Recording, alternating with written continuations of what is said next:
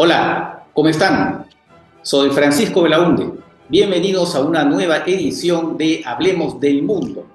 Y vamos a dedicar esta edición a las elecciones legislativas que se han desarrollado en Georgia, ex República Soviética que se independizó en 1991. Hablemos del Mundo es auspiciado por Teje Láser Oftálmica. Teje Láser Oftálmica, comprometidos con tu visión.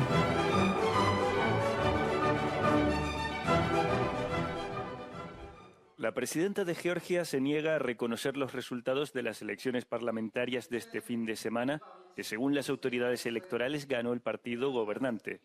La jefa de Estado, habitualmente en sintonía con la oposición, afirmó también que el país había sido víctima de una operación especial rusa destinada a desviarlo del camino hacia Europa, y llamó a los georgianos a manifestarse el lunes por la noche en la capital. Muchos georgianos interpretaron los comicios del sábado como un referéndum sobre la posibilidad de unirse a la UE, después de que Bruselas suspendiera indefinidamente el proceso de adhesión de Georgia al bloque debido a la aprobación en junio de la Ley de Influencia Extranjera, conocida como Ley Rusa.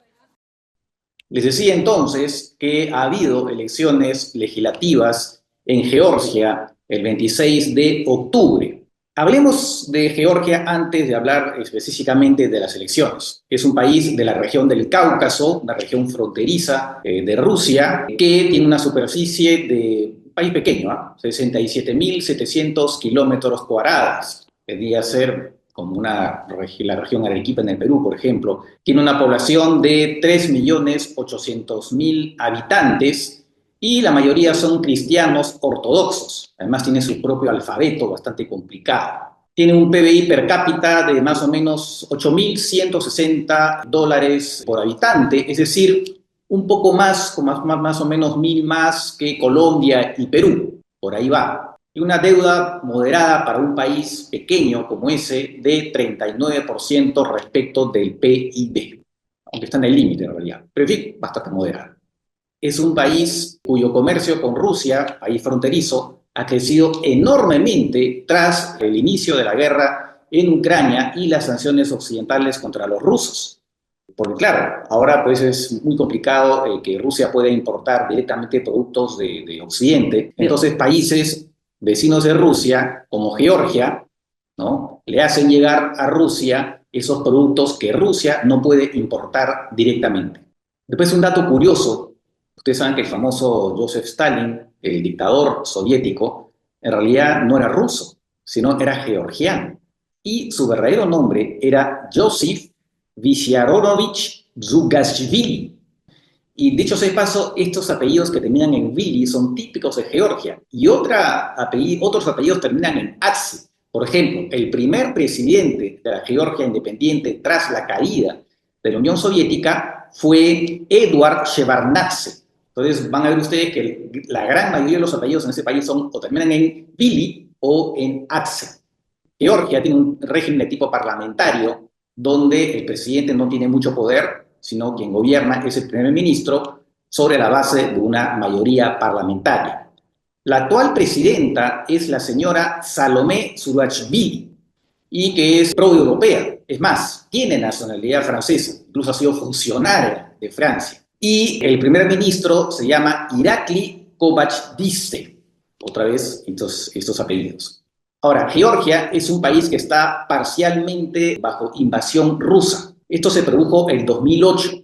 ¿Qué sucede? En dos provincias de Georgia, una que se llama Abjasia y la otra Osetia del Sur, surgieron de pronto movimientos independentistas que llamaron a Rusia a ayudarlos para luchar contra el gobierno central de Georgia. Y desde entonces, pues, estas dos provincias, entre comillas, independientes, están de facto controladas por Rusia, lo que quiere decir que esa superficie que les indiqué de 67.000 y pico kilómetros cuadrados se han reducido de facto en poco más de 12.000 kilómetros cuadrados. Y hay que decir que esa invasión rusa se produjo en agosto del 2008, meses después de que en abril de ese año se diera una cumbre de la OTAN en Rumanía, en Bucarest. Y en esa cumbre la declaración final dijo que tanto Georgia como Ucrania en algún momento iban a ser parte de la OTAN o algo similar. Los europeos le dijeron a los norteamericanos, por favor, no pongamos esa frase, una frase de ese corte en todo caso, porque Rusia no lo va a tomar bien. Si ya están molestos de que la OTAN haya crecido hasta sus fronteras, esto va a ser peor. Los norteamericanos no les hicieron caso y esa frase, que fue modificada un poco respecto a la que querían poner los norteamericanos, de todas maneras la pusieron de una u otra manera y el resultado fue ese. 4 meses después, Rusia invade en la práctica Georgia. Y desde entonces, como dije, esas dos provincias son de facto territorio ruso. Ahora, la mayoría de la población georgiana quiere ser parte de la Unión Europea. Están mirando a Occidente, el 80%, según las encuestas. Sin embargo, en el poder se encuentra actualmente un partido que es prorruso desde el 2012, el partido Sueño Georgiano. Y es un partido que al inicio decía que estaban a favor, ¿no?, de la integración a la Unión Europea, pero cada vez más se han volteado hacia Rusia. Es un partido dirigido por un oligarca. Ese término de oligarca, por cierto, es un término que se utiliza mucho para millonarios de Rusia y de países que fueron parte de la Unión Soviética o de la órbita soviética, ¿no? Gente que ha hecho fortuna bastante rápidamente, a veces con métodos cuestionables, en algunos casos algunos dirán mafiosos, y son gente que no solamente tienen una gran fortuna, sino que tienen también control de varios medios, o sea, tienen una gran influencia política. Entonces se utiliza ese término para ese tipo de personaje que se llama oligarca, ¿no? Y hay precisamente un oligarca de Georgia que se llama el señor Bidzina Ivanishvili. Ese señor controla el partido, ¿no? Fue en un momento dado, sí, primer ministro muy poco tiempo, pero ahora lo que hace es controlar el partido tras bambalinas. Un señor bastante particular, tiene unos rasgos curiosos, como por ejemplo tiene una mascota que es un tiburón, nada menos, y también un conspiranoico, ¿no? Parece que en un momento dado pensaba que las Torres Gemelas en Nueva York habían sido derribadas por el Mossad de Israel, nada menos. Y este partido, desde que tiene el poder, pues cada vez más se está derivando en un autoritarismo cada vez más pronunciado.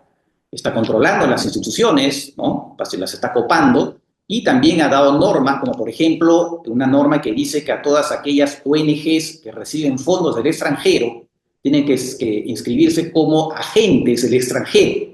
Eso suena conocido. Y por supuesto normas también contra la comunidad homosexual y cosas por el estilo. Es decir, normas que son copiadas de Rusia también se están ahora implantando en Georgia. Y como les decía, ha habido elecciones.